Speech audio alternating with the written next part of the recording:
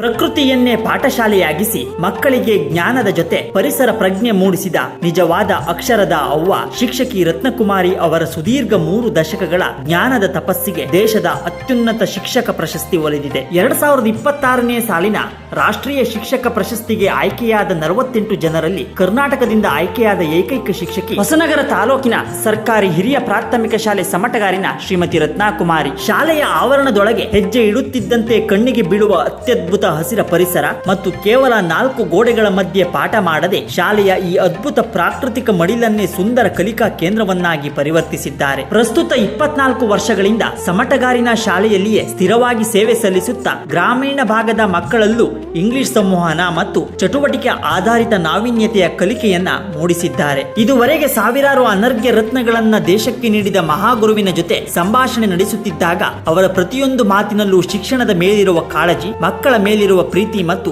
ಅವರ ವೈವಿಧ್ಯಮಯ ಚಿಂತನೆಗಳು ಎದ್ದು ಕಾಣುತ್ತಿತ್ತು. ಇವರು ಬಿತ್ತಿದ ಜ್ಞಾನದ ಬೀಜಗಳು ಇಂದು ಸಾವಿರಾರು ವಿದ್ಯಾರ್ಥಿಗಳ ಬದುಕಿನಲ್ಲಿ ಮಹಾವೃಕ್ಷವಾಗಿ ಬೆಳೆದು ನಿಂತಿದೆ. ಅಷ್ಟೇ ಅಲ್ಲದೆ ತಮ್ಮ ಮಕ್ಕಳನ್ನ, ಸಹೋದ್ಯೋಗಿ ಮಕ್ಕಳನ್ನ ಇದೇ ಸರ್ಕಾರಿ ಶಾಲೆಯಲ್ಲಿ ಓದಿಸುವ ಮೂಲಕ ಸಮಾಜಕ್ಕೆ ಅತ್ಯುನ್ನತ ಮತ್ತು ಪ್ರಾಮಾಣಿಕ ಮಾದರಿಯನ್ನು ಹಾಕಿಕೊಟ್ಟಿದ್ದಾರೆ. ದೊಡ್ಡ ಗುಣದ ಮಹಾಗುರು ಬಂದ ಅತ್ಯುನ್ನತ ಗೌರವದ ಯಶಸ್ಸನ್ನ ಶಾಲೆಯ ಪ್ರತಿಯೊಬ್ಬರಿಗೂ ಅರ್ಪಿಸಿದ್ದಾರೆ. 16 ದಾನಿಗಳ ಮನಸ್ಸನ್ನ ಗೆದ್ದು ಶಾಲೆಯನ್ನು ಸ್ವರ್ಗದಂತೆ ಮಾಡಿದ ಮಹಾಗುರುವಿಗೂ ಇಡೀ ತಂಡಕ್ಕೂ ನಮೋ ನಮಃ.